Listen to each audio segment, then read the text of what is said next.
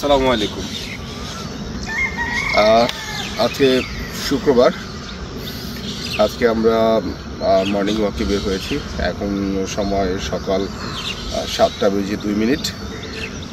Surprisingly আজকে ওয়েদারটা এত বেশি কুয়াশা পড়েছে, যেটা আসলে এখন পড়ার কথা নয়। কারণ হচ্ছে আমাদের গত 3 দিন ধরে আমরা বেশ ভালোই গরম উপভোগ করছিলাম, কিন্তু আজকে সারপ্রাইজিংলি অনেক বেশি কুয়াশা। যদিও সেই অনুপাতে কোনো ঠান্ডা পড়ে নেই, ওর হাত কিন্তু যথেষ্ট গরম আছে, বাট কুয়াশাটা অনেক বেশি। সো কুয়াশাটাকে আমরা অনুভব করছি আমরা দুজন, আমি আমার ছেলে সাদিক বিন শফিক। তো ভালো লাগবে আপনারা যদি এখন সকালবেলা ঘর থেকে বের হন, অবশ্যই আপনাদের ভালো লাগবে।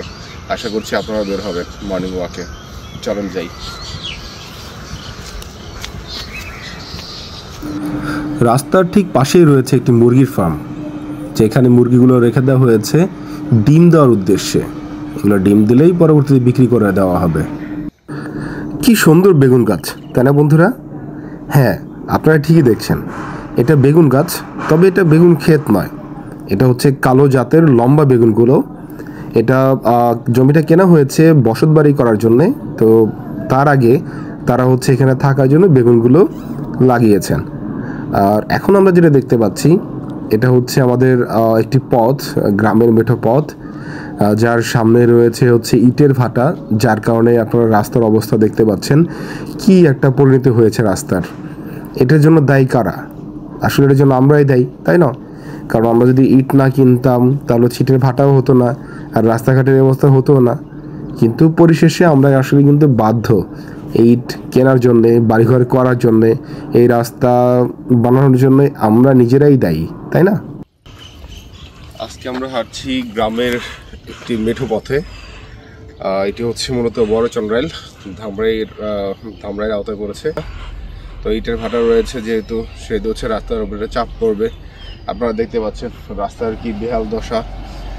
রাস্তা একদমই ভেঙে ঘুরে অবস্থা খুবই খারাপ হয়ে গেছে, এবং রাস্তায় প্রচুর পরিমাণ ধুলাও রয়েছে। যদিও আমাদের ধুলাতে হাঁটতে বেশ কষ্ট হচ্ছে, ব্যাপার না, আমরা হাঁটতে পারবো ইনশাল্লাহ। প্রচুর কুয়াশার কারণে দিনের সূর্যটিকেও রাতের চাঁদ মনে হচ্ছে। আসলে কিন্তু এটি চাঁদ নয়, এটি সূর্য। এখন সময় সকাল 7:30। তাহলে অবশ্যই এখন চাঁদের দেখা পাওয়ার কথা না, এখন সূর্যের দেখাই পাওয়ার কথা, তাই না বন্ধুরা? হ্যাঁ, এটি আসলে সূর্য। প্রচণ্ড কুয়াশার কারণে সূর্যটিকে দেখতে ঠিক এমনই মনে হচ্ছে।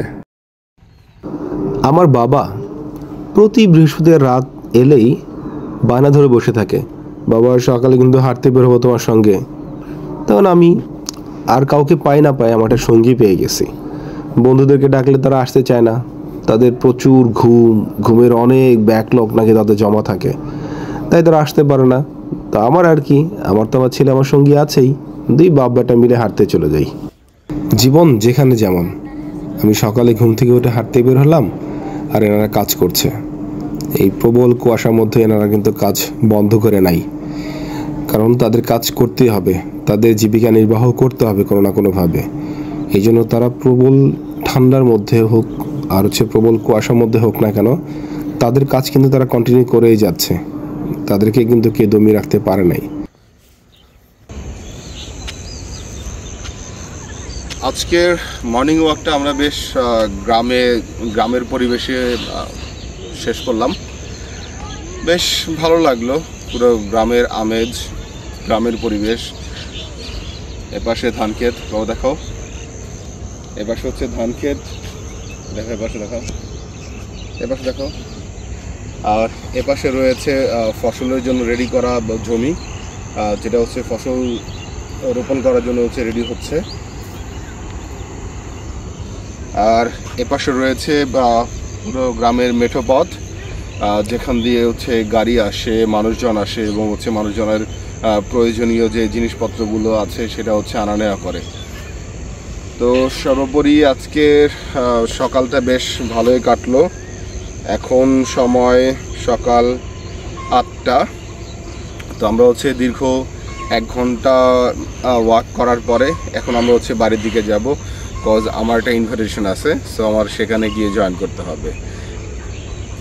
সবার জন্য দোয়া করছি, সবাই ভালো থাকবেন, সবাই আমার জন্য দোয়া করবেন যেন আমি ভালো থাকি এবং আমার পরিবার সবাই যেন ভালো থাকে। আল্লাহ হাফেজ।